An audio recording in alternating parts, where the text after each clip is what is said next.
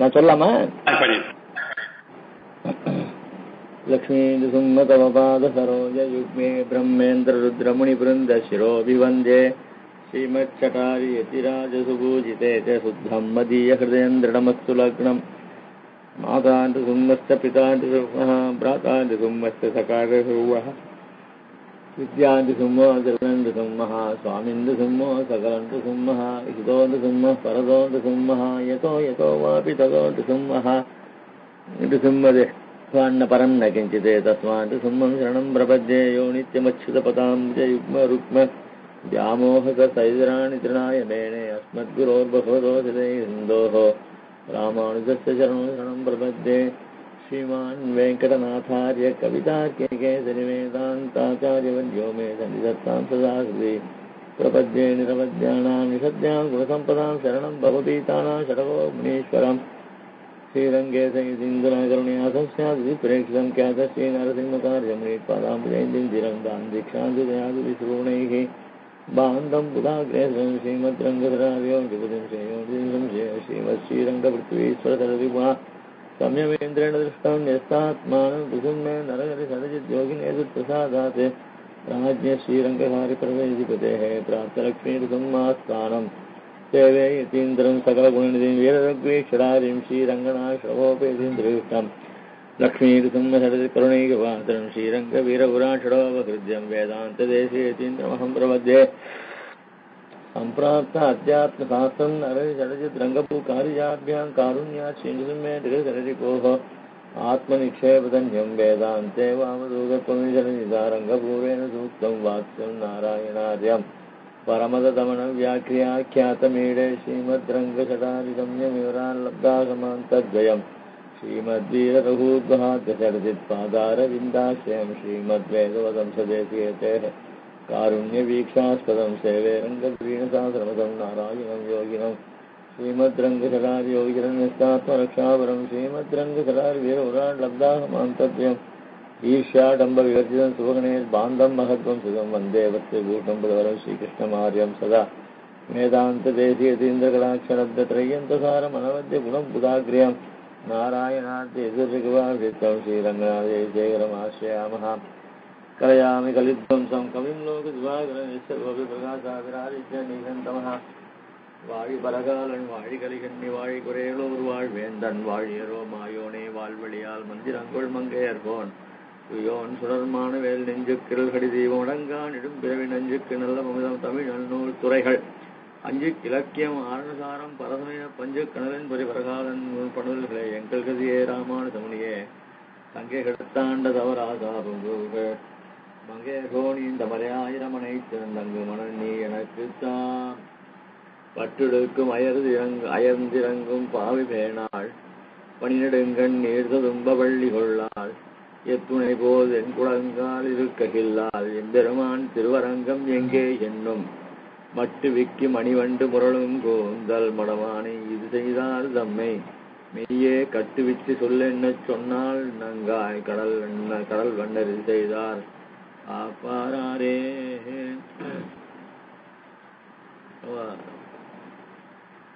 ஆச்சரியமான ஒரு வியாக்கியானத்தோடு அனுபவிச்சுட்டு வந்துட்டு இருக்கோம். இதில் இந்த பரகாலை நாயகியாளர்கள் மயக்க நிலையில், அதாவது அந்த எம்பெருமானுடைய விசேஷத்தை தாங்க முடியாம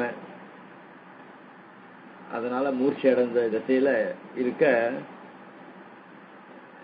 ஒரு பெண்ணானவள் இதர விஷயங்களில் ஈடுபடாம பகவத் விஷயத்தில் ஈடுபட்டு எது நமக்கு வகுத்து விஷயமோ அதில் ஈடுபட்டு இருக்கான்னா சந்தோஷப்பட வேண்டியவள். அத்தை சந்தோஷப்படுறா, ஆனா அதை வெளியிலையும் சொல்ல முடியல. அதுக்கு என்ன காரணம்ன்றது நான் போன தடவை சொன்னேன். அதாவது இந்த இதுவானது கடகர் இல்லாம, அதாவது ஒரு கல்யாணம் நிச்சயம் பண்ணதா இருந்தா இந்த இடம் இப்படிப்பட்டது 4 பேர்கிட்ட விசாரிச்சு அவ இது நல்ல இடம், அது நல்ல பரஸ்பரம் 2 பேருக்குமே நல்ல இடம் அப்படின்லாம் சொல்லி ஏற்பாடு பண்றதுன்றது ஒரு பிராச்சீன பద్ధதி. அதனால 2 பேருக்குமே பல பேர்கிட்ட விசாரிச்சா ஒரு மனசுல தெம்பு ஏற்படும். சமீப காலத்தை கூட, அதாவது பிள்ளையினுடைய உத்தியோகத்தை கூட ஆபீஸ்ல போய் கூட விசாரிப்பா, அந்த பையன் எப்படிப்பட்டவன், ஆபீஸ் நல்ல இதுவா, பர்மனண்டா இருக்காபா அப்படிலாம் விசாரிப்பா. அப்படிலாம் பார்த்து பண்ற கல்யாணமா இருந்ததுன்னா இதை சொல்லலாம். ஆனா இது இவளே பார்த்துண்டு பண்ணிட்ட கல்யாணம், அதாவது இந்த தசை அது காதலிக்கிறது. அதனால இந்த தசையை நம்ம எப்படி வெளியில சொல்றது அப்படின்னு சொல்லலாம். அப்படின்று சந்தோஷமா இருந்தால் சொல்ல முடியாத இருக்கிறார் வியாக்கியானம் பண்றாள் பூர்வர்கள். அப்படிப்பட்ட அந்த தசையில இவள் எப்படிப்பட்டவளா இருக்கா இந்த பரகால நாயகி அப்படின்னு சொன்னா, அதுதான் போன தூரம் அனுபவிச்சோம். முலையோ முழுமுற்றும் போந்தில மொய்பூங்குழல் புரிய கலையோ அறையில்லை இவள் வரமே பெருமான் மலையோ திருவேங்கடம் என்ன கற்கின்ற வாசகமே அப்படின்னு திருவிருத்தத்துல ஆசிரியனை பார்த்து அது அவளுடைய இளம் பருவத்தை வர்ணிக்கிறார் அந்த தாயாரங்க அந்த திருவிருத்தத்துல. அப்படிப்பட்டவள் இங்க இந்த வஸ்திரத்தை உடுத்திண்டா அந்த வஸ்திரம் கூட இடையில நிக்கல, சரீரத்துல நிக்கல. அப்படிப்பட்ட தசை அவளுது. அதனால பட்டுடுக்கும் அயர்த்து சிறுமியாய் இருக்கும் பருவத்திலேயே எம்பெருமானை பிரிந்தால் மயக்கம் அடையும்படி காதலில் பிறருக்கு வழிகாட்டியாய் இருந்தபடி. பருவமும் ரொம்ப சின்னது, ஆனா இவள் அடைந்திருக்கிற தசையோ ரொம்ப நாளா காதல் அடிபட்டு அது கூடாம இருந்தா எப்படி இருக்கிற தசை இருக்குமோ அந்த மாதிரி ஒரு மயக்க நிலையில இருக்கா இவள். என்ன கடைசியில பார்த்தா இந்த பருவத்துல இவள் பண்றா, ஓஹோ இப்படிதான் காதலா இருந்தா, காதல் வழியா இருந்ததுன்னா இப்படிதான் மூர்ச்ச தசை வரும் போல் இருக்குது, வழிகாட்டியாக இவள் இருக்கான்னு அங்க வியாக்கியானம் பண்றா. அயர்த்து இறக்கும் மயக்கமடைந்த நிலையில் துன்பம் இல்லாமையாலே அது நல்ல நிலை என்னும். அதாவது ரொம்ப தன்னையே அறியாம ஒரு தசை வந்துருச்சுன்னா அங்க ஞானத்துக்கு வேலையே கிடையாது. இந்த அறகுறையாக ஒரு ஞானம் நிலை இருக்கும் இல்லையோ, அந்த சமயத்துல என்ன பண்ணணும், திருப்பி ஞானம் அவளை பெரட்டி எடுக்கும். ஒண்ணு பூர்ண தசையில இருக்கணும். பூர்ண தசையில நல்ல மயக்கம் பூர்ண தசையா இருந்ததுன்னா அது எந்த காரியமும் ஞானத்துக்கு அங்க வேலையே கிடையாது, அப்படியே கட்ட மாதிரி படுத்துட்டு இருப்பா. இந்த கொஞ்சம் மயக்கம் தெளிஞ்சும் தெரியாத மாதிரி இருக்கிற தசையில திருப்பி புலம்ப ஆரம்பிப்பா, பெருமாளை நினைப்பா. ஆக அந்த ஞானம் வந்த உடனே திருப்பி அந்த பெருமாள் எங்க, அவன் எங்க, அவனுடைய சின்னங்கள் எங்க அப்படின்றது அந்த நிலை வரும்போது அப்பதான் இந்த துன்பம் திருப்பி அதிகமாகும். அவனுடைய விசலேஷ தசையினுடைய துன்பமானது அதிகமாகும். ஒண்ணு பூர்ண மயக்க நிலையில இருந்தா இந்த அழறது அதுக்கு காரியமே இருக்காது. இப்படி ஞானம் வரச்சேதான், ஞானம் வர தசை ஒண்ணு இருக்கும் இல்லையோ, அந்த தசையில தான் திருப்பி இவளுக்கு அந்த ஆயாசங்கள்லாம் ஏற்படும். இறங்குன்னா திருப்பி அவனையே நினைச்சு ஆயாசம் ஏற்படுற நிலை. மயக்கமடைந்த நிலையில் துன்பம் இல்லாமையாலே அது நல்ல நிலை என்னபடி. இதுலயே ஒரு நல்ல நிலை கெட்ட நிலை உண்டா அப்படின்னா பெருமாளையே நினைச்சுட்டு அப்படியே ஒண்ணுமே இல்லாத படுத்திருந்தான், அதுதான் நல்ல நிலை. ஆனா திருப்பி கொஞ்சம் மயக்கம் தெளிகிற மாதிரி தெளிஞ்சு திருப்பி பெருமாளை பற்றி நினைக்க ஆரம்பிச்சு அவள் ஸ்தோத்திரம் பண்றதும் அவளுடைய தசையும் திருப்பி ஒரு ஆயாசத்தை உண்டு பண்ணக்கூடிய நிலை ஏற்படும். ஆக அப்படிப்பட்ட இவளுடைய தசையை பார்த்தா இவள் என்ன பண்றது, தாயாரானவள் குழந்தை பருவத்திலிருந்தே பார்த்துட்டு வந்துட்டு இருக்கா. இவள் நம்ம கூட பார்க்கலாம், இந்த குழந்தைகள் விளையாடிச்சு முதல்ல சில பொம்மைகளை கொடுப்போம். அது கொஞ்சம் பெருசா போயிடுதுன்னா அந்த பொம்மையை லட்சியம் பண்ணாது, திருப்பி கொண்டு கொடுத்தாரு. இது அதுதான் விளையாடுது அப்படின்னாக்கா அது லட்சியம் பண்ணாது. அதை விட ஒரு பெரிய வஸ்து அதான் விரும்பும். அதுக்கப்புறம் கொஞ்சம் வயசு ஆச்சுன்னா அதையும் அலட்சியம் பண்ணிட்டு போடும். ஆக அப்படிப்பட்ட நிலையில தாயார் பார்த்தா இவள் எப்பவுமே இந்த பெருமாள் இந்த இந்த காஞ்சிபுரத்துல உற்சவத்துல கூட பார்க்கலாம். காஞ்சிபுரத்துல மயிலாப்பூர் இந்த திருவள்ளிக்கணி இந்த உற்சவம்லாம் பிரம்மோத்சவம் நடந்துட்டு இருக்கும். இந்த சின்ன பசங்கள் அவளே ஒரு வாகனத்தை சின்ன உற்சவம் இவாளே பண்ணுவா. அந்த வாகனத்தை பெருமாள் ஏற மாதிரி இவா ஒரு பெருமாளை ஏழை பண்ணிட்டு அதுக்கு அலங்காரம் பண்ணிட்டு அது பின்னாடி ஏழை பண்ணிட்டு வருவா. இப்படி எல்லாம் பசங்கள் விளையாட்டு. அந்த மாதிரி இவள் இருந்த தசையை பார்த்தா தாயார், சரி நாமளும் இவளுக்கு இந்த மரப்பாச்சியெல்லாம் கொண்டு கொடுக்குமே, பாவை பேணாள் இவளுடைய வருந்தத்தக்க நிலையை கண்டு இவளை உயிர்க்க செய்யும் வழி என்ன என்று ஆராய்ந்தாள் தாயார். பார்த்தா சரி இவளுக்கு ஏற்கனவே விளையாடி இருந்தாலே பகவத்கீதையில் ஈடுபடுவதற்கு முன் உண்ணாமலும் உறங்காமலும் மரப்பாச்சி போன்ற பொம்மைகளுடன் ஈடுபடுவதை காண்கியாலே அத்தை கொண்டு வந்து காட்டினாள் தாயார். அத்தை கொண்டு வந்து காட்டினான். அது இவளுடைய கண்ணுக்கு விஷம் போலே தோன்றினாலே அதை விரும்பாமலே இருந்தாள். ஆக அப்படி அந்த பொம்மையை கொடுத்தா அந்த பொண்ணு அது பார்த்து அதுலயே பழகப்பட்ட அந்த கண் இருக்க, இப்போ அந்த கண்ணுக்கு இது விஷம் போல ஆயிப்போச்சு. இந்த மரப்பாச்சியே பிடிக்கல அது.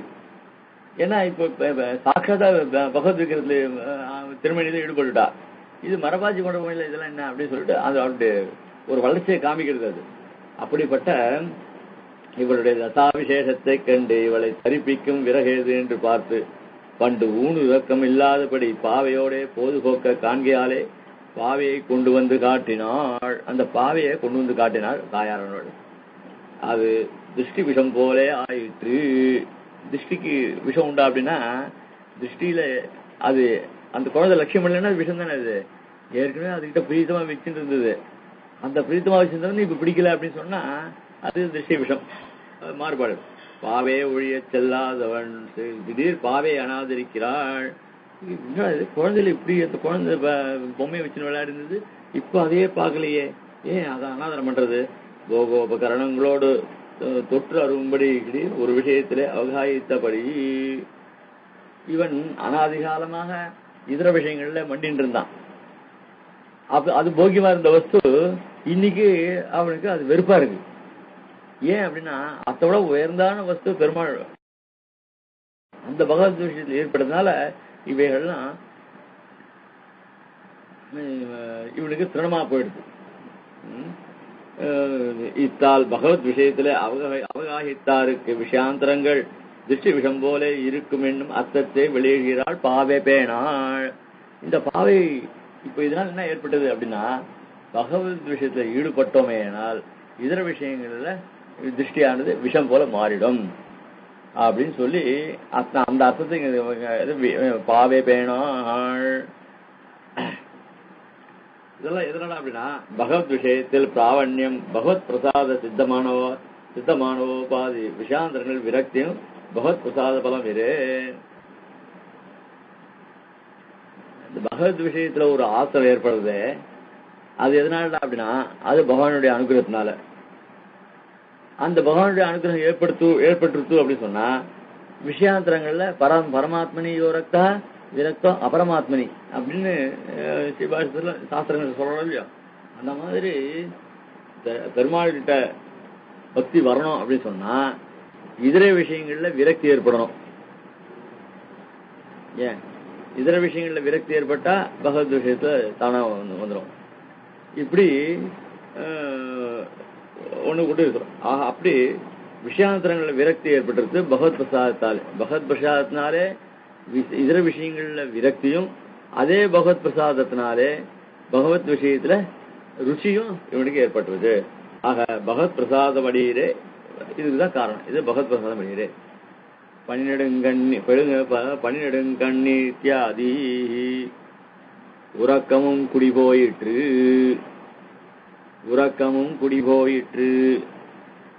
குடிபோயிற்று அப்படின்னு சொன்னா அது வேற எங்க போயிட்டு. ஏன் உறக்கமும் குடிபோயிற்று பனிநெடுங்கண்ணீர் ததும்பா ஆனந்த அஸ்ருவுக்கு இலக்கான கண் சோகா அஸ்ருவுக்கு இலக்காகவதே. கண்ணு ஒண்ணுதான், ஆனா கண்ணுல ஆனந்தமான விஷயங்கள் வரும்போது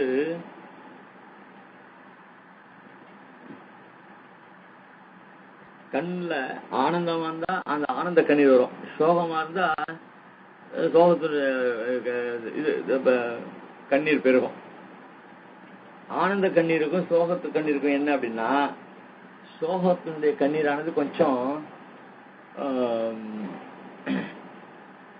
சூடா இருக்கும். ஆனந்தத்தினுடைய கண்ணீரானது குளிர்ச்சியா இருக்கும், அது ஹிதமாவும் இருக்கும். அப்படி கண்ணீர் ததும்பா ஆனந்த அசூக்கு இலக்கான கண்ணு சோகா சூக்கு இலக்காகவதே. பகவானுடைய சம்பந்தம் ஏற்படும் பொழுது இவளுக்கு ஏற்பட்ட ஒரு ஆனந்தம் பிரிவுல, அந்த பிரிவுல அதே ஆனந்த கண்ணானது இப்ப சோகத்துக்கு இலக்காக போய்விட்டது. சுக்ஷேத்திரம் வெள்ளம் கொண்டார் போலே ஈஸ்வர போகியமான கண் படும் வெளிவரவே இது பன்னிடுங்கண். ஆக பெருமாளோட சேர்ந்து இருக்கிற நிலையில ஆனந்த கண்ணீர் குளிரா இருக்கும். அதே இப்போ உறக்கங்கெட்டு துன்ப கண்ணீர் உடையவளாக ஆனால் இவள் அது எப்படி அப்படின்னா, நல்ல வயலில் வள்ளம் வந்தது போல எம்பெருமானுக்கு இனிதான இனியதான இவள் கண் இப்பாடுபடுவதே பனிநடுங்கண். ஆக அந்த பகவானுடைய சம்ஸ்லேஷனால இவள் கண்ணுல ஆனந்த கண்ணீர் எப்பவும் வந்து இருந்தது. பகவானும் அந்த ஆனந்த கண்ணீர் நிறைந்த கண்களில இவளுக்கு விஷயமாகி அவனும் அந்த ஆனந்த கண்ணீரை பருகினான். இப்ப என்னடா அப்படின்னா, இப்போ விசலேஷிச்சு அவன் ஆழ்வார்கிட்ட இருந்து பிரிஞ்சு போய் சோகத்தையே உண்டு பண்ணிட்டான். ஆனா எம்பெருமான் அந்த கண்ணில் இப்ப விஷயம் ஆகல. ஆனந்த கண்ணீரா இருக்கும் பொழுது அந்த ஆனந்த கண்ணீர் வெள்ளத்துல பெருமாள் கண்ணுக்கு விஷயமாகி பெருமாள் அதிலே இருந்து அந்த நீர் வெள்ளத்தை அனுபவிச்சான். இன்னைக்கு பிரிஞ்சு போய் கண்ணுக்கு விஷயமாகாதனால அந்த பெருமாள் சம்பந்தம் இருந்தனால அந்த கண்ணீரும் குளுமையாக இருந்தது. ஏன்னா அவன் ஆதிசேஷன் மேல படுத்துட்டு இருக்கிறவன். அப்படிப்பட்ட பெருமாள் இவர் கண்ணீர், அதாவது மணக்கடலில் ஓடி வந்து பெரியாழ்வார் மங்களாசாசனம் பண்ற மாதிரி தன்னுடைய இந்த ஆனந்த கண்கள் நீர்கள் நிறைந்த கண்களில எம்பெருமான் அவளை அனுபவிச்சான். இப்போ பெருமாள் சம்பந்தம் இல்லாதனால அந்த கண்ணீரானது உஷ்ணத்தை உடையதாக இருக்கு அப்படின்னு பனிநடுங்கண். இந்த பனிநடுங்கண் சொல்றதுனால என்ன ஆச்சு அப்படி சொன்னா, இந்த இப்ப பனின்னா இந்த சூடுன்னு சொல்றது அது எப்படி பொருந்தும் அப்படின்னு சொன்னா, இந்த வயல்லாம் பார்த்தா தெரியும். இந்த வயல்லாம் சூரியோதயத்துக்கு முன்னாடி அதெல்லாம் பனி அப்படியே இருக்கும். ஆனா அது சில்லுன்னு இருக்கும். சூரியன் பட்ட உடனே அந்த ஜலமும் கூட உஷ்ணமாயிடும். அது அந்த வயல்கள்ல. ஆனா இந்த கண்ணுல பகவத் விஷயத்தை இல்லாம போச்சுனாக்க அது சூடாகும் அப்படின்னு சாய்கிற. ஆக அப்படிப்பட்ட ஆஹ்லாத சீத நேத்ராம்பு உலகீகிருத காத்திரவான் ததா பரகுணாவிஷ்டா திரஷ்டவ்யா சர்வதேகிபிஹி. இந்த மகான்கள்லாம் பெருமான மங்களாசாதனம் பண்ணும்பொழுது அவளுடைய நிலைய இப்படிதான் வர்ணிப்பா. ஆஹ்லாத சீத நேத்ராம்பு, அந்த சந்தோஷத்தினால நேத்திர அம்பு, அந்த ஜலங்கள்லாம் ஒரு அம்பு துளி மாதிரி இருக்கும். அந்த மாதிரி அது ரொம்ப சீத்தளமா இருக்கும். அச்சா உலகீகிருத காத்திரவான், அந்த மயிர்கூச்சி எடுக்கலாம் இருக்கும். எம்பெருமானுடைய குணங்களையே அப்ப பார்த்தாலும் சொல்லிட்டே இருப்பான். பெருமாளும் என்ன பண்ணுவார், அவளுடைய இருப்பார். அப்போ திரஷ்டவ்யா சர்வதேகிபி, இந்த ஆக பகவத் இத பகவானும் அந்த மகான்களுடைய ஒரு நிலைய பகவானும் அனுபவிக்கிறான். பக்கத்துல சேவிக்கிறாள அவளும் அந்த மகானுடைய நிலையை சேவிப்பா. அப்படி இருக்கட்டும். அப்படிப்பட்ட நாயகனோடு கூறியிருந்த காலத்துல இவளுடைய கண்ணீரானது ரொம்ப குளிர்ந்தா இருந்தது. இப்போ அந்த அந்த ஜலம் எங்கேருந்து சொல்லுவா, அந்த குழந்தை அது நல்லா சிரிச்சு விளையாடிட்டு இருக்கோம். திடீர்னு கண்ணுல எவ்வளவு இந்த ஜலம் எங்கடியம்மா எங்கேருந்து வந்துடுமா இப்படி அப்படின்னு சொல்லுவா. அந்த மாதிரி அந்த கண்ணுல அவ்வளவு ஜலம் வரத்துக்கு வேண்டியதான நெடுங்கண், பனி நெடுங்கண். இதுக்கு மேல அந்த ஜலம், அந்த கண்ணோ சின்னது, ஆனா அந்த கண்ணுல இவ்வளவு ஜலங்கள் வர்றதுக்கு ஆனந்த பாஷமோ இல்ல சோக பாஷமோ எதுவா இருந்தாலும் வர்றதுக்கு அந்த தண்ணி கொள்ற அளவுக்கு நெடுங்கண்ணா இருக்கான். நெடுங்கண் பனிநெடுங்கண் ஆஹ்லாத சீத்தன திராம்பு எங்களுடைய சம்சேஷ திசையில் கண்ணீர் சீதளமாயிரே இருப்பது. நெடுங்கண் அல்லாத அவயவங்களில் காட்டில் கண்ணடிகளே ஈடுபடும்படியே கண்ணின் போக்கியதை இருப்பது. சரீரங்கள்ல பல அவயவங்கள், அதுல கண்ணழகு இருக்க இந்த சொல்லுவா, எந்த அடிப்பட்டாலும் படலாம், கண்ணடி படக்கூடாதுன்னு சொல்லுவா. அந்த மாதிரி இந்த கண் திருஷ்டி இருக்க பெரிய சில பேருடைய திருஷ்டியை பார்த்தா, ஐயோ குழந்தை எடுத்து உள்ள போடுவா, அவன் கண்ணு பார்த்தாலே குழந்தை ஏதாவது இது வந்துடும், திருஷ்டி போட்டுடும் அப்படின்வா. அந்த மாதிரி கண்ணுடைய திருஷ்டி இருக்க அது ரொம்ப, அந்த கண் அழகுதான் எம்பெருமானும் கோபியர்கள்ட்ட ஈடுபடுறதுக்கு அந்த கண்ணழகுகள் தான். இந்த கோபியர்களும் ஈடுபடுறதுக்கு பெருமாளுடைய கண்ணுடைய அழகுதான். ஆக ரெண்டு பேரும் அண்ணனை நோக்கினான் அவளை நோக்கினான்னு சொல்லிட்டு கம்பராமாயணத்தை சொல்றாரு இல்லையோ, அந்த மாதிரி கண் அழகுல ரெண்டு பேருடைய கண்ணும் அப்படி ஒத்து இருக்குமா, அழகு, அவ்வளவு அழகு. இவள் கண் உபர் அந்த அதாவது ஸ்தோத்திரத்தில் அதை சொல்லும்பொழுது பெருமானுடைய எல்லைகள் எப்படின்னாக்க, உபர்யுபரப்ஜுகோ விபூருஷான் பிரகல்பியதே யே சதமித்யனுக்ரமாத் கிரஸ்வேதகைக குணைவுதுப்யதா சதா ஸ்திதானோத்யமதோ திசோதே. ஆச்சரியமான ஸ்லோகம். ஒரே நிமிஷம்.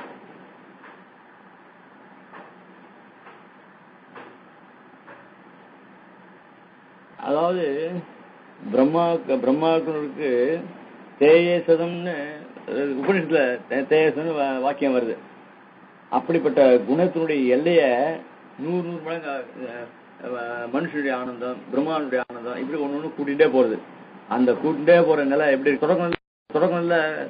தொடக்கத்துல ஒண்ணுதான் ஆரம்பம், அது 100 பெருகி அது எவ்வளவு தூரம் போகும். அப்படிப்பட்ட அதுக்கு மேல போறதுக்கு இடம் கிடையாது. அந்த மாதிரி எம்பெருமானுடைய குணங்களையும் அவனுடைய திருமேனி அழகுலையும் எல்லையே கிடையாது. நெடுங்கண் என்கிறபடியே எம்பெருமானுடைய குணங்களில் ஆனந்தம் முதலான ஒவ்வொரு குணத்தையும் எல்லை காண முடியாது இருப்பது போலே எங்கும் பரந்தவனாய் சர்வஜனாய் சர்வசக்தனாய் இருக்கும் இவருடைய கண்ணின் இனிமை அறுவடை ஒண்ணாமலே இருக்கிறது அப்படின்னு சொல்லி சோசனத்துல விவரிக்கிறார். அதாவது எம்பெருமான் விபு, அவன் சொரூபம் அளவிட முடியாதது. அதே மாதிரி இவளுடைய இது இனிமே எப்படி தெரியுமா, அவள் அதுக்கு மேல. ஏன்னா ரெண்டு பேருடைய ஒரு இது இருக்க, சாதிருஷ்யம் இருக்க, அப்படிப்பட்ட ஒரு தன்மை. அதனால துல்லிய சீல வயோவர்த்தகன்னு சொல்ற மாதிரி பெருமாளுடைய பிராட்டியும் ரெண்டு பேருடைய இதுவும் அப்படி இருக்கு. இவள் இனிமையாலே அளவிட ஒண்ணாதவள், அவன் சுபாவத்தினால அளவிட முடியாது, இவள் இனிமையினால அளவிட முடியாது. நெடுங்கண் உபயோடு கூடியவனையும் கூட ஒரு மூலையில் அடக்கக்கூடியதான கண் என்றும் பொருள் கொள்ளலாம். சின்ன கண்ணு, அவனோ விபு, அவன் உபய விபூதிநாதன். அந்த உபய விபூதிநாதன் சர்வசக்தன் சர்வஜன், இப்படிப்பட்ட தன்மையை உடையவன தன்னுடைய சின்ன கண், ஆனா நெடுங்கண் இருக்கட்டும், அந்த நெடுங்கண்ணால வசீகாரம் பண்ணி அவனை உள்ள அடக்கி வைக்கிறா பாரு. அப்படின்னா இவளுடைய கண்ணுக்கு எவ்வளவு மகாத்மியம் இருக்கும். அப்படிப்பட்ட நீர்த்ததும்ப அந்த கண்ணுல உபய விபூதிகளோடு கூடியவனையும் கூட ஒரு மூலையில் அடக்கக்கூடியதான கண். ரொம்ப ரசித்து வியாக்கியானம் பண்றார். அந்த கண்ணுல நீர்த்ததும்ப சேர்ந்திருந்த போது குளிர்ந்திருந்த நெடுங்கண் எம்பெருமானை பிரிந்த போது துன்பக் கண்ணீர் தழும்புவதாயிற்று.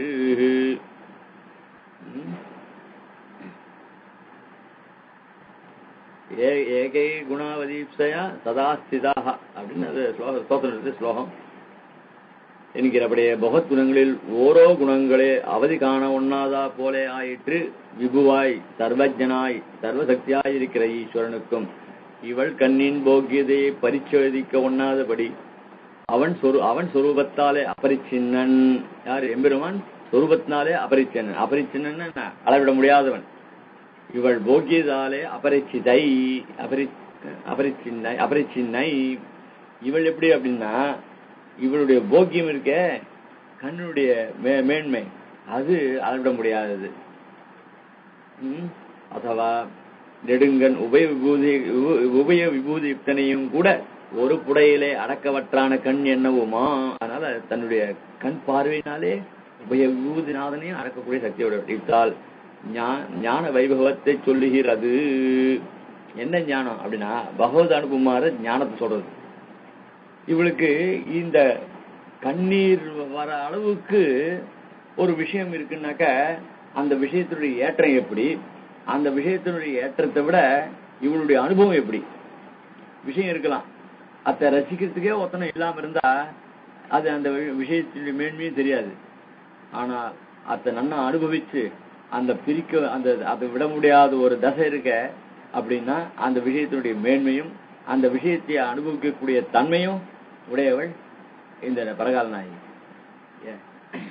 அப்படி சாய்கிறது. நீர் ததும்பா சோகாசுவாலே தழும்பையாலே அந்த சோகத்தை உடனுடைய கண்ணீர்களாலே நீர் நேர்ந்தவளா இருக்கிறாள். பள்ளி கொள்ளாள் உறக்கமற்றவளானாள். சம்சேஷ தசையில் ஆனந்தாசுவாலே உறங்க பெறாள். இவள் எப்பதான் தூங்கியிருக்கா? ஒரு நல்ல தசையில இருக்குச்சே கூட எம்பெருமானிய நினைச்சு எம்பெருமானுடைய சம்ஸ்லேஷத்துல ஆனந்தமா இருந்தா. அப்போ எம்பெருமான் இவளை தூங்க விட மாட்டான். சம்ஸ்லேஷ தசையில எம்பெருமான் இவளை உறங்க வைக்க மாட்டான். விஸ்லேஷ தசையில இவளை உறங்க முடியாது. ஏன்னா அவனை நினைச்சே இவ தூங்கிட்டு இருக்க, இவ தூங்க முடியல. இப்படி எல்லாத்துக்கும் ரெண்டுத்துக்கும் காரணம் யாரான்னா அவன் தான். சம்ஸ்லேஷ தசையில அவளை தூங்காத இருக்கிறதுக்கு காரணம் இவன் தான். விஸ்லேஷ தசையிலையும் இவள் தூங்கா இருக்கிறதுக்கு காரணம் அவன் தான். ஆக விஸ்லேஷ திசையில் சோகாசுவாலே உறங்க பெறாள். சம்ஸ்லேஷ திசையில் அவன் உறங்க ஓட்டான். சம்ஸ்லேஷ திசையில எம்பெருவான் இவ்வளவு உறங்க ஓட்டான். விஸ்லேஷ திசையில் விரகம் உறங்க ஓட்டாது. என்ன விரகம் அப்படின்னா எம்பெருமான பிரிந்த விரகம் இருக்க, அந்த விரகம் இவளை தூங்க விடாது. தன் வயிற்றில் பிறந்த இவள் உறங்கால் என்ன பிராத்தமாய் இருக்க பள்ளி கொள்ளாள் என்பானேன் எண்ணில். அதுக்கு மேல ஒரு விசாரம் பண்ற. இவளோ இப்ப பாசனம் சொல்ற தாயாரும் பெண்ணும் தாயாருக்கு விதேயமானவள் இவள் பெண்ணு. இவளை போய் அவ தூங்க மாட்டா அப்படி சொல்ல வேண்டியதானே. பள்ளி கொள்ளான்றது இங்க ஆச்சாரியன் திருமணி பாங்காள் இருக்கா, பாங்காளியா இருக்கா, ராத்திரியில தூங்கியாருதா அப்படின்லாம் கேட்க கூடாது. பெரியவாகிட்ட வரைச்சே நித்ராம்சையாச்சா, சரியா அவங்க நித்ராம்சையாயின்னு இருக்கா அப்படின்னு சொல்லணும். அங்க போய் ஆச்சாரிய சங்கத்தில் போய் தூங்கிட்டு இருக்கா ராத்திரியெல்லாம், உடம்பு நல்லா இருக்கா அப்படின்னு கேட்கக்கூடாது. அங்க திருமேனி பாங்காளியா இருக்கா, இங்க பெருமாள் திருவாங்கலாம் நடந்துருக்கா, காலக்ஷேபம் நடந்துருக்கா, திருமேனி ராத்திரியில நித்ராம்சையா இருந்தா அப்படின்லாம் பெருவாள்கிட்ட பேசணும். இது பெருவாள்கிட்ட விஷயம். ஆனா அந்த பள்ளி கொள்ளான்னு ஒரு வார்த்தை எடுக்கிறாளே, இது பண்ணலாமா? பொன் அவ்வளோ பொன் தன்னுக்கு வேண்டியவள்.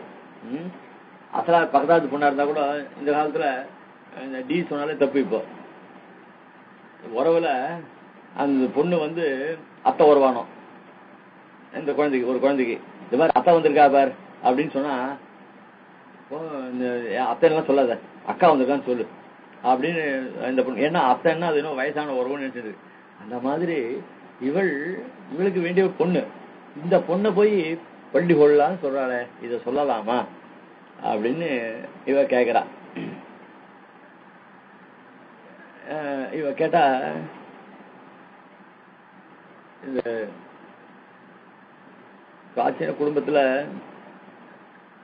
பெரிய பிள்ளையா இருந்தா, அம்மாவா இருந்தா கூட பெரிய பையனை பேர் சொல்லி கூப்பிட மாட்டா. ஏண்டா பையா அப்படின்னு தான் கூப்பிடுவா. இல்ல அவனுக்கு சர்மன் அதாவது பேர் வச்சிருந்தா கூட அந்த பேரை நேரம் கூப்பிடாத, ஏண்டா பையன் தான் முதல்ல விவகாரம் பண்ணுவா. அப்படின்னா ஏண்டா கண்ணா அப்படின்னு சொல்லுவா. அவனுக்கு எந்த பேரும் அந்த பேச்சு கூட மாட்டா. அப்படி பையா பையான்னு கூப்பிட்டு பெரிய பையனா இருந்தாலும் பழக்கம் இருந்துட்டு இருக்கு. அப்பா அம்மா உறவா இருந்தா கூட பையனா இருக்கும் விஷயம் தெரிஞ்சவனா இருந்தா என்னப்பா அப்படின்லாம் கேட்கலாம். அடியேன் அப்படின்னு தான் சொல்லுவான், இல்ல அண்ணான்னு சொல்லுவா. இப்படி ஏதோ ஒரு விவகாரம் உண்டு. அந்த மாதிரி இவள் என்ன பண்றான்னாக்க பள்ளி கொள்ளாள். இவள் பள்ளி கொள்ளாள் என்பானின் எண்ணில் வயிற்றில் பிறந்தவளே ஆகிலும் ராஜமகிழ்ச்சியாக பட்டங்கட்டினால் ஆழ்வார் என்று சொல்லுவது. ஏன் அதாவது வயிற்றுல பிறந்தனால கூட அவளை நல்ல இடத்துல பண்ணி கொடுத்தா அப்படின்னு சொன்னாக்க, ஒரு உயர்ந்த வம்சத்துல கொடுத்தானாக்க அவ நாச்சியார். இது இந்த தெற்கத்துல போனாக்க நம்ம இதுல இருக்கோ இல்லையோ, நான் பிராமின்ஸ்ல பையனை கூட டே போய் வாடா படம் சொல்ல மாட்டான். ஐயா வரேன், நம்ம ஐயா வர அப்படின்னு சொல்லுவான். பையன் டான் போட்டு சொல்லி அவன் பார்த்தது கிடையாது. அந்த மாதிரி சில பழக்கங்கள். பையனை கூட டான் சொல்லாத அவ இது பண்றா. அந்த மாதிரி இந்த இடத்துல நல்ல இடத்துல வம்சத்துல கொடுத்துருக்கோம். அந்த பொண்ணை நம்மளுக்கு சம்பந்தமா இருந்தா கூட இந்த பார் நாச்சியாரம்மா வராங்க பாரு அப்படின்னு சொல்லுவான். தெற்கெல்லாம் இந்த நாச்சியாரம்மா வராங்க அப்படின்னு சொல்லுவாங்க. இதே மாதிரி பெரியவாள் வந்து ஆழ்வார் வரார் அப்படின்னா, ஏன்னா பகவத் விஷய சம்பந்தம் இருக்கிறதுனால அவளை ஒரு கௌரவ சொல்லினாலும் சொல்றா. இவள் பகவத் சம்பந்தம் பெற்றவள். இவளை போய் நம்மள மாதிரி சாதாரண உடம்பு, அதாவது பசிக்கிறது, சாப்பிட வேண்டியது, தூங்க வேண்டியது, இதுலயே இருந்தானாக்கா இது எதுக்கும் உபயோகப்படாது அப்படின்னு சொல்லி அலட்சியமா இருப்பா. எப்ப பார்த்தாலும் பகவத் விஷயம். அவள் பகவானையே நேர பார்த்து பகவானுடைய சம்சேஷம் பண்ணவள். அவள் நாம பண்ணிருக்கோமா அதே மாதிரி நமக்கு அந்த பாக்கியம் கிடைச்சிருக்கா? அப்படி இல்லையா? அதனால இவள் நம்மளோட வசதி. அதனால ஒரு கௌரவ சொல்னால பள்ளி கொள்ளாள். வயிற்றில் பிறந்தவளே ஆனாலும் ஒரு அரசனுக்கு பட்ட மகிழ்ச்சியானால் அவளை அவளுடைய தாயும் ஆழ்வார் நாச்சியார் போன்ற உயர்ந்த சொற்களாலே வழங்குவது வழக்கமன்றோ? அப்படியே பிள்ளையாய் இருந்தாலும் சீடனாயிருந்தாலும் அவர்களுக்கு எம்பெருமானோடு சம்பந்தம் உண்டானால் அவர்கள் கொண்டாடத்தக்கவர்கள் என்பது தோற்ற அவர்கள் கௌரவமான பதங்களாலே சொல்ல வேண்டும். நல்ல அதிகாரிகளா இருந்து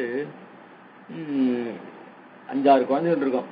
5-6 குழந்தைகள்ல ஒன்னு இங்கிலீஷ் படி படிச்சிருக்கோம், ஒன்னு இங்கிலீஷ் படி படிச்சிருக்கோம், அது மாதிரி உத்தியோகம் பண்ணிட்டு இருக்கோம். ஒன்னு அத்தியனம் பண்ணி காலக்ஷேபங்கள்லாம் பண்ணி வைஷ்ணவ சமூகத்துல நல்ல பதவியில இருப்பா.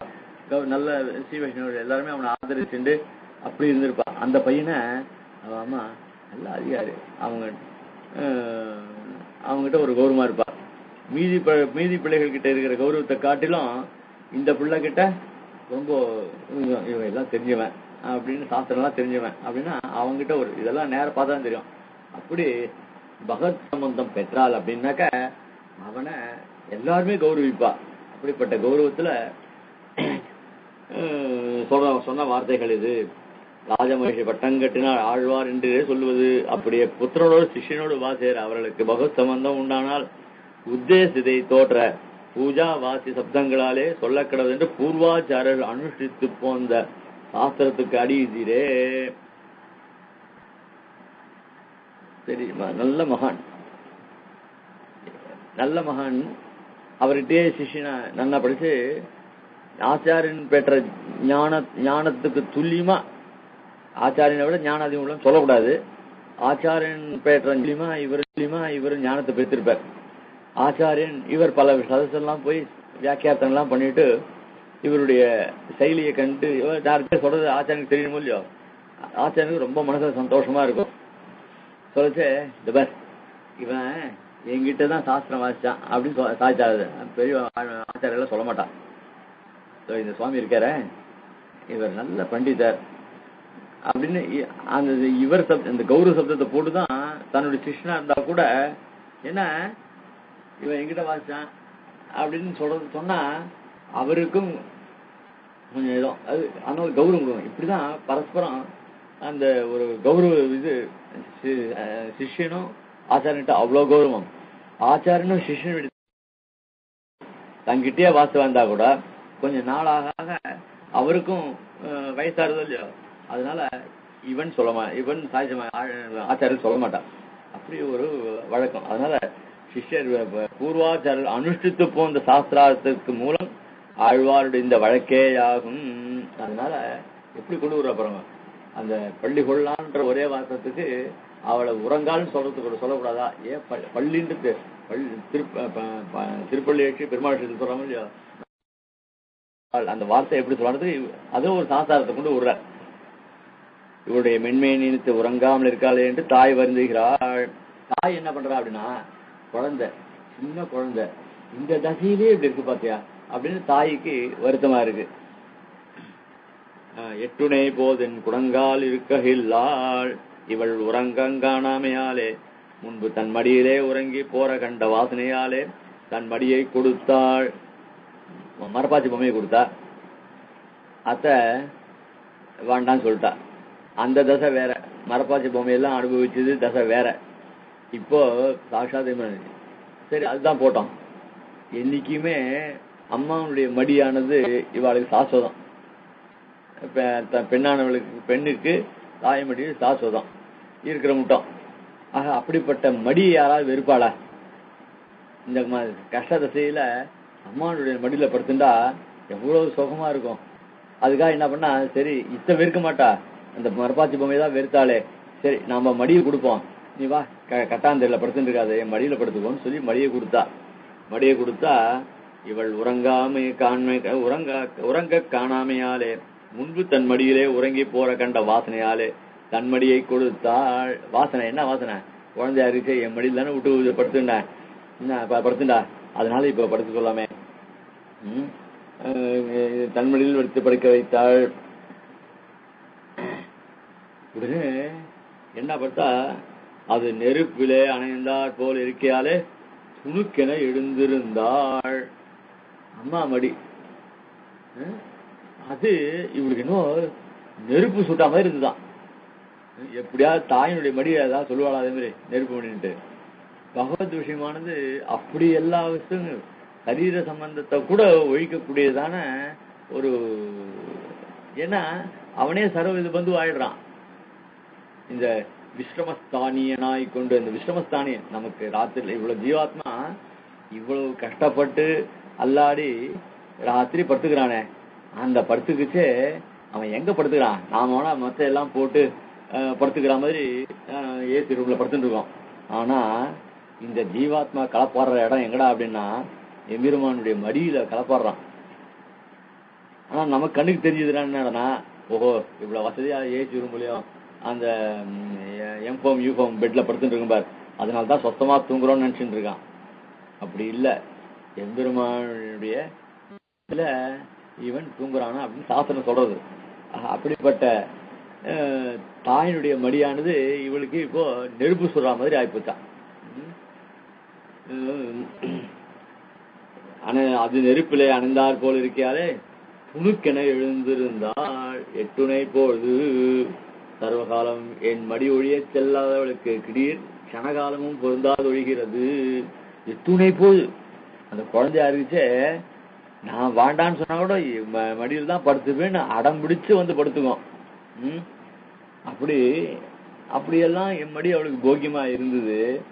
இப்போ என்னடான்னா ஒரு நிமிஷம் இது நெருப்பு சொல்ற மாதிரி இருக்குன்னு சொன்னாலே, என் குடங்கால் பெற்ற தாயான என் மடியில் பொருந்தா முடியாது, அப்படி தீய உபதேசம் பண்ணினவன் யாரோ என்கிறாள். இப்படி அம்மாவுடைய மடியே பிடிக்கலன்னு சொல்றானே, இதனுடைய மனசை எவன் தான் கெடுத்துப்பான் அப்படின்னு தாய் கோபம் வருமா வராதா? அதுலதான்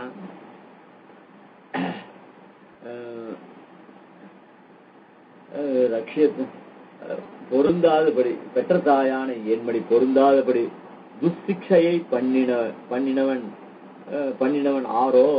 துஷ்சிக்ஷை தாயும் பிள்ளையும் நன்னா, ஒரு குடும்பம் நன்னா இருந்ததுன்னா அத பொறுக்கல அப்படின்னு சொன்னா சில பேர் இந்த கோழ்மூட்டி கொடுத்து அந்த குடும்பத்தையே கலைகிற ஸ்திதிலாம் உண்டு. அதே மாதிரி என்னுடைய மடி இப்ப குழந்தைக்கு பிடிக்கலையே, இதுக்கு யாரு இவகிட்ட துஷ்சிக்ஷை பண்ணி அம்மா மடியில படுத்துன்னு சொன்னா அப்படின்னு அந்த அலைக்கு இவ போட்டா. இப்போ துஷ்சிக்ஷை பண்ணினவன் யாரோ என்கிறாள். ரட்சகையோடு வாசேர சம்பந்தமற்றபடி, அபிமத விஷயங்களோடு பூஜ்ய விஷயங்களோடு வாசேர சம்பந்தமற்றபடி. ஆக இவ ஏன் குழந்தையா இருந்துச்சே காப்பாத்துனது இவோ. சோ ரட்சகன், நாமெல்லாம் ரட்சை வஸ்துக்கள். இந்த சரீர சம்பந்தத்துல ரட்சிச்சா. அப்போ ரட்சை வஸ்து எப்படி இருக்கணும்? தாய்கிட்ட அடங்கி இருக்கணுமோ இல்லையோ? நாமெல்லாம் ரட்சை வஸ்துவான எம்பெருமானிட்ட, அவன் ரட்சகனான எம்பெருமானிட்ட எவ்வளவு அடங்கி இருக்கும். அந்த மாதிரி எதிர்பார்த்தா இவளால் காக்கப்படும் பாவையோடு, இவளை காக்கும் தாயோடு வேற்றுமை இல்லாமல் இருவரோடும் இவளுக்கு உறவு அற்றபடி. ஆக நாம இன்னும் சரீர சம்பந்தத்தினால இவதான் நம்மளை காப்பாத்தின்னு இருக்கோம்னு நினைச்சுட்டு இருக்கா. பெருமாள் அவ அம்மா என்ன நினைச்சுட்டு இருக்கா, ஓஹோ இந்த வஸ்துவை நம்மளை தவிர வேற யாரும் காக்க முடியாது அப்படின்னு அவன் நினைச்சுட்டு இருக்கா. ஆக ரெண்டு வஸ்துக்களும் இப்படி ஒண்ணு ஒருத்தர் அம்மா நினைச்சுட்டு இருக்கா, இந்த பொண்ணை நாம தான் காப்பாற்ற நினைச்சுட்டு இருக்கா. இந்த பொண்ணு நினைச்சுட்டு இருக்கு அம்மா அம்மா தவிர வேற யாரும் ரட்சிக்க முடியாது நினைச்சுட்டு தான். ஆனா இப்ப காலை மாறி போச்சு. இவாளை எல்லாம் வேற நாம் யாருடைய ரட்சிய வஸ்து? சாட்சாத் எம்பெருமானுடைய ரட்சிய வஸ்து. இவன் என்ன காப்பாத்துறது? ஆனால் அவன் இருக்குச்சு அப்படின்னு சொல்லிட்டு இப்போ உறவே மாறி போச்சு. ஆக இவளால் காக்கப்படும் பாவையோடும் இவளை காக்கும் தாயோடும் வேற்றுமை இல்லாமல் இருவரோடும் இவளுக்கு உறவு அற்றபடி. ஆக மகள்ன்ற உறவும் இவள் நினைக்கல. அதாவது அவளுக்கு இவள் மகள் நினைக்கல, இவளுக்கு அவள் தாயின்றது நினைக்கல. ரெண்டு உறவும் கூடுது. இப்போ விரும்பும் பாவையோடு கொண்டாடத்தக்க ஒரு தாய். இப்போ என்னாச்சு? முதல்ல குழந்தையா இருந்துச்சு, அந்த பொம்மைகளோட விளையாடிருந்தா, அதுவும் கூடுது. இப்போ பெற்ற தாய், அந்த உறவும் கூடுது. இப்படி ஒண்ணா போயிடுது. இருக்ககில்லால் உறங்குகை அபேட்சிதம் அல்லாமையாலே எழுந்திருந்தாலும் இருக்குமோ என்னும் நசையாலே அனைத்து மடியிலே இருத்த பார்த்தால் அதுவும் பொருந்திற்றில்லை. சரி, நீ எழுந்திருக்க, நீ தூங்க மாட்டான், உறக்கம் தான் வரலையே அப்படின்னால கொஞ்சம் அப்படியே கொஞ்சம் மாறல அணைஞ்சுக்கலாமே. இவள் உறங்க வேண்டிய அவசியம் இல்லாமலே மடியிலே விழுப்புடன் வீட்டிற்கும்படி செய்யணும் என்று ஆசையில மடியிலே உட்கார வைத்து பார்த்தாள். அதாவது மடியில படுத்துக்கிறது விஷயம் வேற. அதுக்கப்புறம் சரி தூக்கம் வரலையா, மாரோட அணைச்சுக்கிறவா அப்படின்னு சொல்லிட்டு அந்த தசையில பண்றா.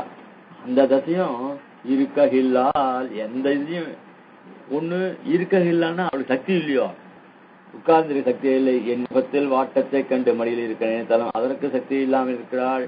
ஆனா பார்த்தா அம்மா இதுக்கு மேல ஏன்னா இது மடியில படுத்துக்க விட்டாலும் படுக்க மாட்டேன்றா. சரி, அந்த கொஞ்சம் மாதிரி சாய்ஞ்சிருக்கிற போஸ்டர்ல வச்சுட்டு அவளை மாரோட அனுசரிப்படுத்தா, அதுலயும் அவளால உட்கார முடியல. இவளுக்கு சக்தியை போயிடுத்தோ. ஏன் இப்படி ஒண்ணு சக்தி போயிடுத்தோ? இருக்ககில்லால் மடியில் கிடப்பதில் மகளுக்கு ஆசை இருந்த போதிலும் நெருப்பிலே கூட கிடக்கலாம், இவள் மடியில் கிடக்கூடாது என்ற நிலை உண்டாகிவிட்டது இவளுக்கு இப்போ. ஆக அப்படிப்பட்ட ஒரு தசை வந்தது. நெருப்பிலே கிடக்க ஆசை உண்டானாலும் மடியில் கிடக்க போகாதிரே. இவளுக்கு சக்தி குறைஞ்சு போச்சே. இந்த சக்திக்கு ஏதேனும் அளவிலும் தன் மகளை குறை சொல்லும் அவள் அன்றே. சரி, இந்த பொண்ணு என்னவோ எனக்கு என்னுடைய சம்மந்தம் வேணான்றது ஒண்ணுமே வேணாதுமே, தூக்கமும் இல்லை, என்ன பண்றதுன்னு தெரிவித்தால் பிரகிருதி பிராகிருதங்களில் விரக்தி ஞாத்ததையா வந்ததென்று சத்தா பிரயுக்தம் என்கை பகவத் பிரேமம் சத்தா பிரயுக்தமானோபாதி இதர விஷயத்தில் விரக்தியும் சத்தா பிரயுக்தமாயே இருப்பது. அதனால இப்ப என்னாச்சு, இப்ப இவளுக்கு அச்சேத்தனமான வஸ்து பொம்மை, அதுலயும் இல்ல தாய் சேத்தன வஸ்து, இதுலயும் பாவை தாய் போன்ற பிராகிருத விஷயங்களில் உறவற்று போனது. இப்போ இது எதனால இந்த இப்ப பொம்மையும் வேண்டாம்னு சொல்லிட்டாங்க, அச்சேத்தன வஸ்து, தாய் சேத்தன வஸ்து. இவளுக்கு பல உபதேசங்கள் பண்ணி இவளை என்ன வளர்த்து இப்படி எல்லாம் பண்ணா, அவளையும் வேண்டாம்னு சொல்லிட்டா. எதனால இது வந்தது அவளுக்குன்னா, இவருக்கு ஏதோ பராவர தத்துவங்கள்னு ஒரு தத்துவங்கள் உண்டோ இல்லையோ, பர தத்துவம் அவர தத்துவம் உண்டோ இல்லையோ, அப்போ இது இவளுக்கு வந்துருது. ஓஹோ, அவர தத்துவங்கள் இவைகள்லாம் அவர தத்துவங்கள் அப்படின்னு ஞானம் வந்துருத்தோ. அப்படின்ற அந்த ஞானத்தான் வந்ததோ அப்படின்னா, அந்த ஞானம் இவளுக்கு அந்த ஞானத்தினால வரல. எப்படி எம்பெருமானு கிட்ட ஒரு பிரேமையானது காதலானது இவளுக்கு இயற்கையா வந்ததோ, அதனால இந்த பராபர தத்துவ ஞானமானது எப்ப வரும் அப்படின்னா மகான்கள்கிட்ட போய் கத்துனாதான் வரும். ஏன்னா புஸ்தகத்தை பார்த்து தெரிஞ்சா கூட ஒன்றும் வராது. புஸ்தகத்தை இது பரதத்துவம் இது அவர தத்துவம் எழுந்தா கூட ஆவேசமா தெரியலன்னா வராது. அப்படி இருக்கும்போது இவளுக்கு இப்படி எந்த ஞானம், இந்த ஞானம் எப்படி வந்தது அப்படின்னு கேள்வி கேட்டா, அது சொல்றா இது இயற்கையிலேயே வந்தது. என்ன இயற்கையில வந்தது அப்படின்னா, இப்ப எம்பெருமானிட்ட பிரீத்தி உண்டுதே, காதல் உண்டாச்சே, இதுன்னா இயற்கையா தானே வந்தது. யாராவது சொன்னாலா, உனக்கு எம்பெருமான் உனக்கு வேண்டியவன், நீ அவங்ககிட்ட நீ ஆசை கொள்ளலாம் அப்படின்னு ஏதாவது சொன்னாளா, யாராவது சொல்லி கொடுத்தாளா? இயற்கையா தானே வந்தது. அதே போலதான் இவளுக்கு இயற்கையா வந்தது. இதர விஷயங்கள்ல உறக்கமற்று போனதும் இவளுக்கு இயற்கை தான். ஏன்னா அம்மாவுக்கு சந்தேகம் வந்துருது, இவளுக்கு யாராவது சொல்லி கொடுத்து இப்படி பண்ணி விட்டாளா, என்ன சமாச்சாரம், ஏன் மடியில் விட்டுனா கூட இவளுக்கு நிக்க மாட்டேன்றாள அப்படின்லாம் ஒரு சந்தேகம் வந்தது. அப்புறம் மனசு வருவாங்க, இது நான் யாரும் சொல்லி கொடுத்துருக்க மாட்டா, இது இவளுக்கு இயற்கையா வந்திருக்கு. எப்படி எம்பெருமானுடைய சம்பந்தம் இவளுக்கு இயற்கையா கிடைச்சதோ, இதுல யாரும் கடகரே இல்லையே, நாமளும் போய் பையனை பார்க்கல, இல்ல அப்பாவும் போய் பொண்ணு பார்க்கல, அதனால இவளுக்கா ஏற்பட்டு போச்சு. அந்த மாதிரி இந்த ஞானமும் இவளுக்கு இயற்கையா வந்திருக்கு. இது அப்படி அதனால இவைகள்லாம் அவர தத்துவங்களா இருக்கிறதுனால இவைகள் மேல அவளுக்கு விரக்தி வந்தது. இத்தால் பிரகிருதி பிராகிருதங்களில் விரக்தி ஞாத்ததையா வந்தது என்று. ஞாத்ததையான்னா பரம்பரையா, உபதேச பரம்பரையா வந்தது என்று. சத்தா பிரயுக்தம் என்கை. சத்தான்னா ஏற்கனவே இருக்கு, இயற்கையா இருக்கு. சத்தா பிரயுக்தம் என்கை பகவத் பிரேமம். சத்தா பிரயுக்தமானவோபாதி இதர் விஷயத்தில் விரக்தியும் சத்தா பிரயுக்தமாக இருக்குது. இப்ப பகவான் விஷயத்துல பிரேமம் வந்ததே, அது எதனால வந்தது அப்படின்னா, நான் கூட தான் சில பசங்க கோவில் போய் சேவிச்சுடா அப்படின்னா போகவே மாட்டேன்றது. சில பசங்கள் குழந்தையிலேயே அப்பா அம்மா சொல்ல வேண்டாம், ஒண்ணும் வேண்டாம், பெருமாள் சன்னதிக்கு போறதுகள். எத்தனை தரம் 100 தரம் சொன்னா கூட பெருமாளை சேவிச்சுடா அப்படின்னு சொன்னா கூட போறது இல்லை. சில பசங்கள் குழந்தையில இருந்தே போறது. அப்படின்னா இதெல்லாம் இயற்கையிலே அமைஞ்சது. ஆக இப்படி அட்லீஸ்ட் நாம இந்த டெய்லி இன்னைக்கு ஒரு 10 தடவை சொல்லியிருந்தாலும் என்னைக்கா ஒரு நாள் கோயிலுக்கு போகணும் இல்லையோ, ஐயோ அன்னைக்கு தாத்தா சொன்னா கோவிலுக்கு போய் பெருமாளை தெரியுன்னு சொல்லிட்டு அப்பெல்லாம் போல பார்த்தியா, 40 வயசுக்கு போறோம் பார்த்தியா அப்படின்னு அன்னைக்கு ஞாபகம் வருமோ இல்லையோ. அதனால நம்ம சொல்றதை சொல்லிட்டு இருக்க வேண்டியதான், அவ செய்து செஞ்சுட்டு இருக்க வேண்டியதுதான். இப்படி ஒரு இது அவ்வளவேயோ எம்பெருமான் இத்தியாதி. அதுக்கு மேல பாசுரத்துல பதம், அதாவது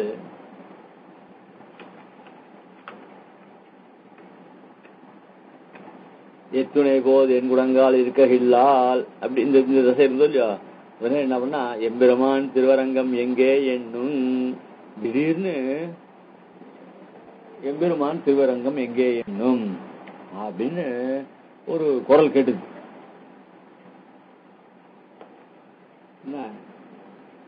இவள் தாயார் இப்படி ரொம்ப வேதனைப்பட்டு இருக்கா.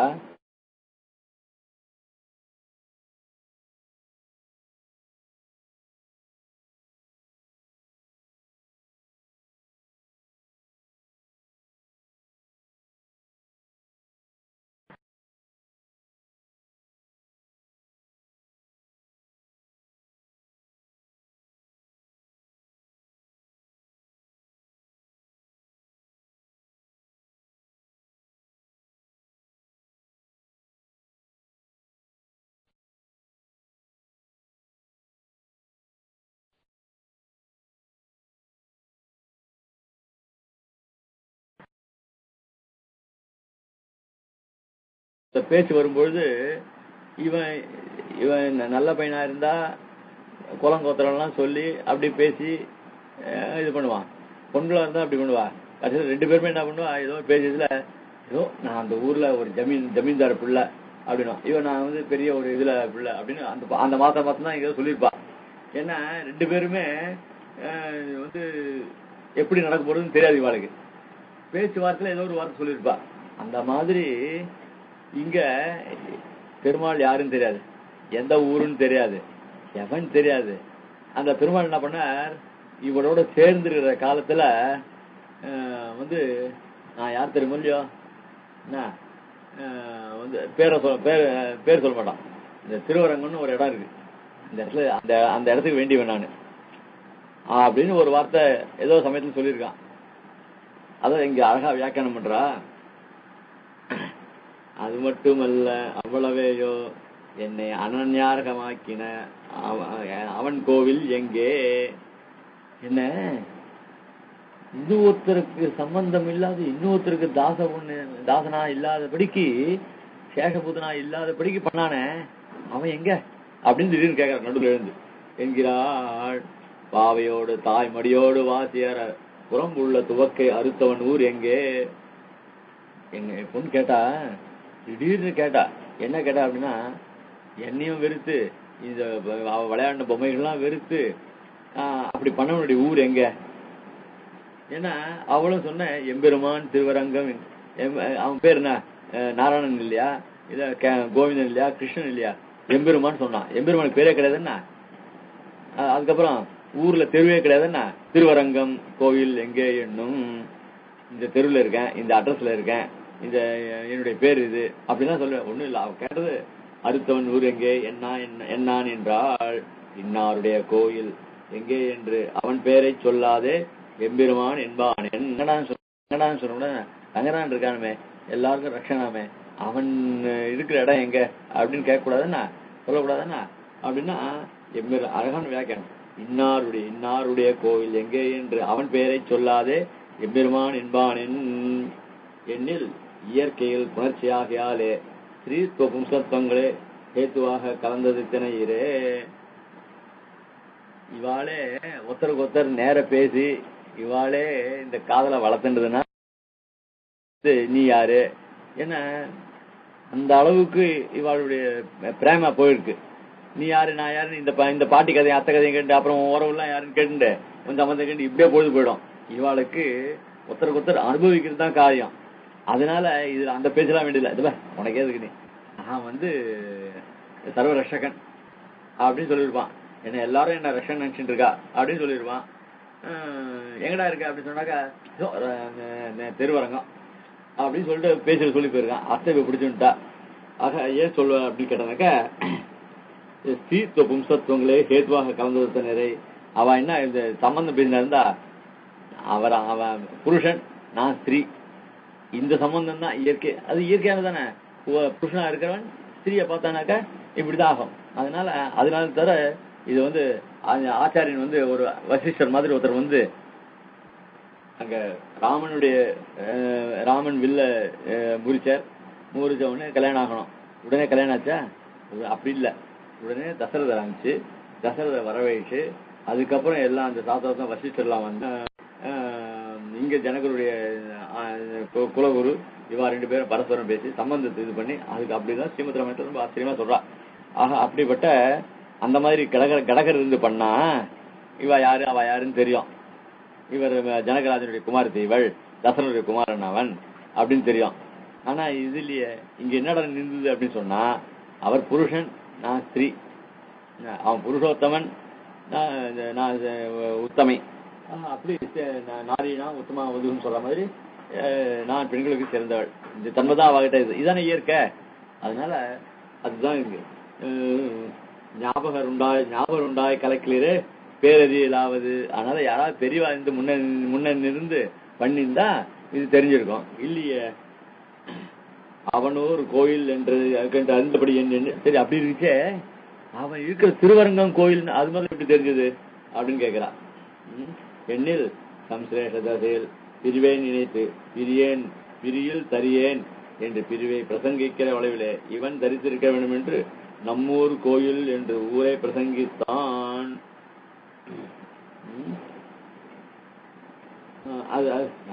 அதாவது அவன் என்கிட்ட ஆழ்வார் வியாக்கியாத்தோட அனுபவம் தான். அனுபவமா பெருசா இருக்கு. அந்த அனுபவத்துல நிச்சயமா அவ இந்த பிரிவு பத்தியே பேச வேண்டியதில்லை.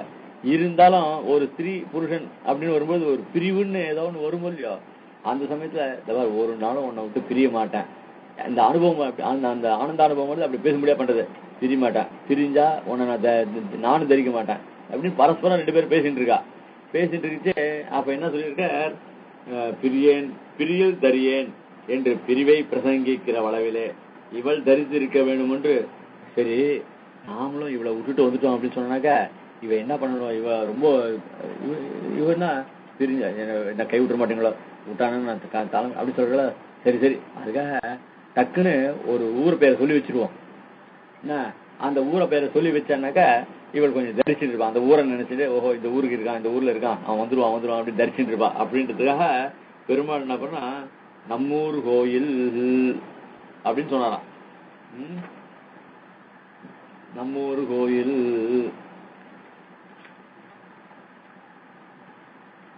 நம்மூர் கோயில் என்று ஊரை பிரசங்கித்தான். அத்தாலே ஊர் கோயில் என்கிறாள். எனக்கு தன்னை எழுதி தந்து என்னை எழுதி கொண்டவன் திருவரங்கம் எங்கே என்னும் கோயில் மேற்கே என்றறியுமே எங்கே என்பானின் எண்ணில் ஆற்றாமையாலே கண்ணன் சுழலையிட்டு திக்ரமும் பிறந்தாலே பின்னை திக்கு தேட வேண்டி இருப்பது. அதாவது திருவரங்கன்னு சொன்னான். திருவரங்கன்னு சொன்ன உடனே எல்லாருக்கும் என்ன பிரசித்தமா, எங்க இருந்தாலும் ஓ தெற்கு இருக்க அதானே அப்படின்னு திக்க பத்தியே சொல்லலாம். மேற்கு தெற்குல இருக்கிற கோவில் இல்ல மேற்கு இருக்கிற கோவில் ஏதோ ஒன்று ஞாபகம் இருக்குமோ இல்லையோ. அப்படி இருக்கும்பொழுது இதுல போய் என்ன தேடுறது என்ன இருக்கு? அதனால திருவரங்கன்னு சொல்லியிருக்கா. திருவரங்கம் இந்த திசையில இருக்குன்னு சொல்லணும். அந்த திசை எந்த திசைன்னு இருக்குன்னு கூட தெரிய முடியாதான் அவளுடைய அனுபவ திசையில. ஏன் திருவரங்கம் எங்கே? இவருடைய ஊரான திருநகருக்கு மேற்கே உள்ளது திருவரங்கம்.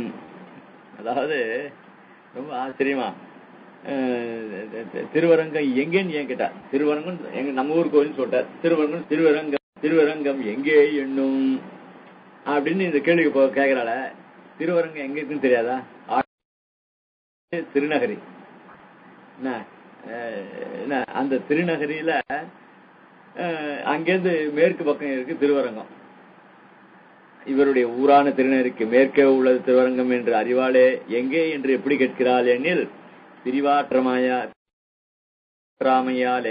பார்க்க முடியாதவளாய் எந்த திசை எங்கு இருக்கிறது என்று மயக்க பிறந்து விட்டதால் எங்கே என்று திசை தேடுகிறாள். திருவரங்கம் எங்கே என்னும். அதனால 100 பாதத்துக்கும் இவனுக்கு தெரியாதா திருவரங்கன்றது? ஆழ்வார் இவர் திருவிச்ச திருநகரிக்கும் பெருமாள் இருக்கிற இடமா இவ ஊர்ல இருந்து மேற்கு பக்கம் இருக்கு. இது தெரியாதுன்னா பிரிஞ்சிருக்க தசை அவதான் மயங்கி கிடைக்கிறாள. மயங்கி இருக்கு, நாம எங்க இருக்குமே தெரியாத. திடீர்னு ஒருத்தருக்கு ஜுரமோ ஏதோ வந்துருது, ரோட்ல போறவா அப்படியே மயந்து கிடைக்கிறா. அப்புறம் கொஞ்ச நாள் கழிச்சு ஹாஸ்பிட்டல் ஒருத்தர் கொண்டு வரா, நான் எங்க இருக்கேன்னு தெரியலையே, மயக்கம் வந்தோடனே கேட்கறாள், தெரிஞ்சவனே கேட்கறாள் இல்லையோ. அந்த மாதிரி இவள் மயக்கம் தசையில இருக்கா. நடுவில் மயக்கம் தெளிகிற சமயத்தில் திருவரங்கம் எங்கே என்னன்னு கோயிலுக்கு. அதனால இது என்ன தப்பு அப்படின்னு சொல்லி வியாக்கியானம் பண்றா. மட்டு விக்கி மணிவண்டு குரலும் கூந்தல் ஆற்றாமையாலே கண்ணான் சுழலையிட்டு திக்ரமும் பிறந்தால் பின்னை திக்கு தேட வேண்டியதே இருப்பது. மட்டு விக்கி இத்தியாதி அவனை இப்படி படுத்த கடவ மயிர் முடியை உடையவள் திடீர் அத்தலை தலையாய் இப்படி நோவடுகிறாள். செவ்வை பூசலிலே இதே அவள் நோவடுவது.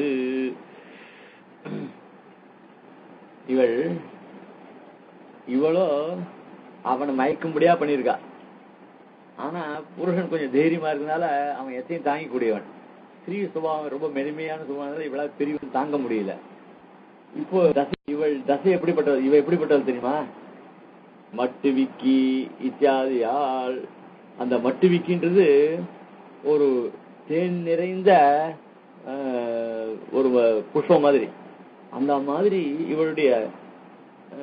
இவள் எப்படின்னா அந்த மயிர் உடையவள். அதாவது சில புராணங்கள்ல பெண்களின் கூந்தலுக்கு இயற்கையிலேயே மனம் உண்டா அப்படின்றது ஒரு கதை பிறந்ததோ இல்லையோ. அந்த மாதிரி இவளுடைய முடியானது அவ்வளவு செவ்வை பூசலிலே நோப்படுவது. அவனுக்கு நோவில்லையோ வேணா அருள் செய்கிறார். செவ்வை பூசல் செவ்வை பூசல்னா இவ்வளவு அழகு. அதாவது அவன் நல்ல சொத்தமானவன் தான். ஆனா இப்ப அவன் நோவுப்படுறான். எதனால நோவுப்படுறான் அப்படின்னா இவளுடைய கண்டு இவன் நோவுப்படுறான். நோவுனா என்ன, மனசுல கஷ்டப்படுறது தானே. ஐயோ அவளை, அதனால அப்படிப்பட்ட இவனை நோவுபடும்படியான அளவுக்கு அவளுடைய கூந்தலாத அமைஞ்சிருக்குன்னு சொல்றான். ஆக இப்படி செவ்வை பூசலிலே இதே அவன் நோவுபடுவது.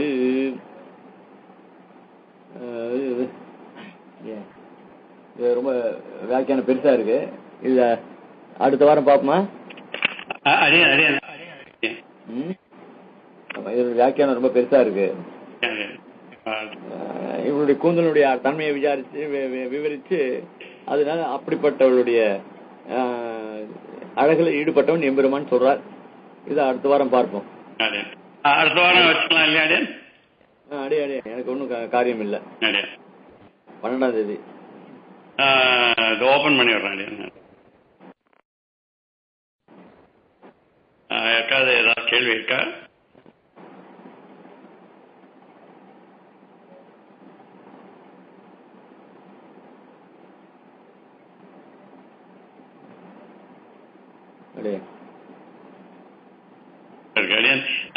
நீங்க சொல்ல ஆரம்பிச்சீங்க, நான் அப்ப கனெக்ட் பண்ணி விட்டேன்.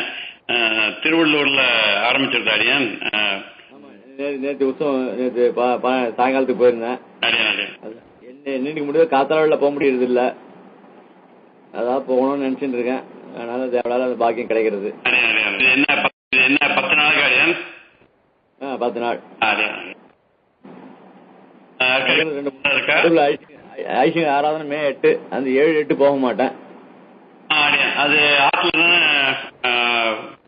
இல்ல சன்னதியில நடக்கிறது. ஐசிங்கர் அங்க சிகிச்சையில இருக்கிறதுனால வந்து ஐசிங்கர் அங்க ஆராதனை அனுஷ்டிக்க முடிய முடியாதோ, அதனால நீங்க வந்து பண்ணு நியமிச்சாச்சு. அதனால இங்க சேலையூர் மடத்துல தான் போய் பண்ண போறேன். அதுக்கப்புறம் வார்ஷிக ஆராதனை அங்கே ஸ்ரீரங்கத்துக்கு வந்துடுறேன். அது வந்து 30ஆம் தேதி ஐசிங்கர் நினைக்கிறாங்க. ஆமா ஆமா ஆமா ஆமா. கடகோபன் சுவாமி அவசியம் எழ வேண்டியது.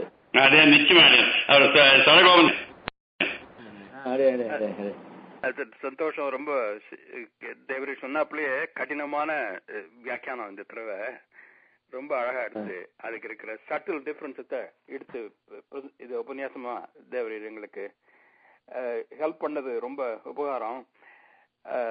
இதை மறுபடியும் படிக்கணும், அவ்வளவு கஷ்டமா இருக்கு இந்த தடவை.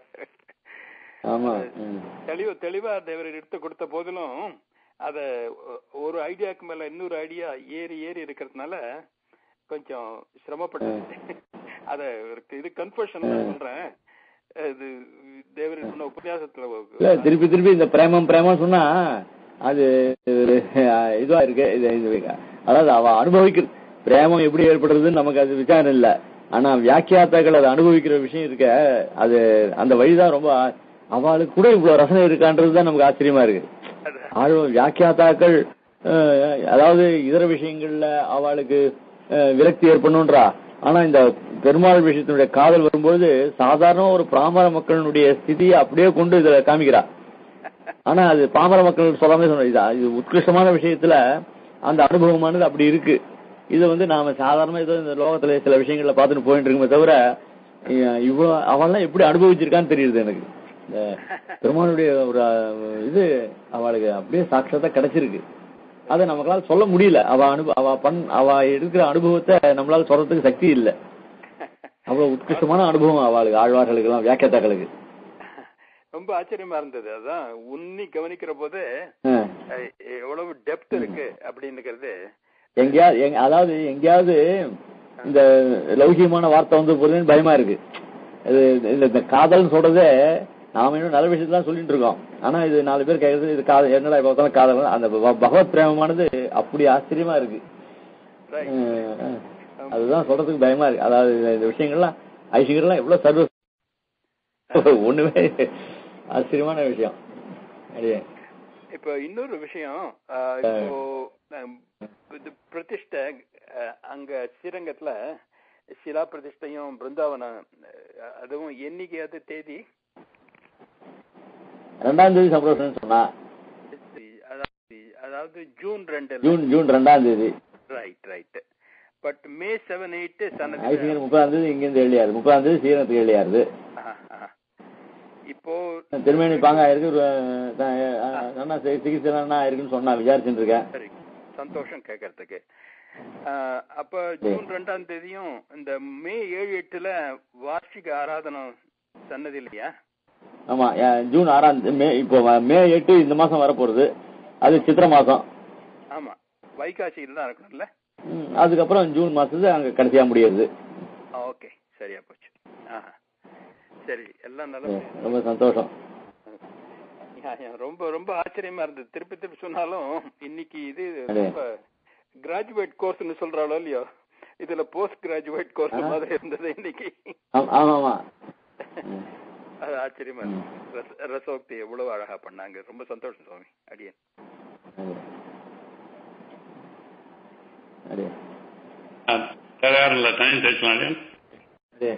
श्रीमद् रंग सदारगम्य विराल लब्धाहमान तद्वयं श्रीमद् वीर रघुद्वाचरित पादारविंदाश्रयं श्रीमद् वेददं सदेशीयते कारुण्य वीक्षासनं सेवे रंग दुरीन साधनं नारायणं योगिनं वेदांत देशीयते कटाक्षलब्ध त्रय्यंतसार मनवद्य गुणं बुधाग्रहं नारायणाद एदुरकृपावृतं श्री रंगनाथेशयरमाश्यामः श्रीमते श्री लक्ष्मी समुद्र पादुकादेव श्री नारायण महादेशाय नमः शिवदे शिवन श्री रंगनाथ यतीन्द्र महादेशिकाय नमः. अरे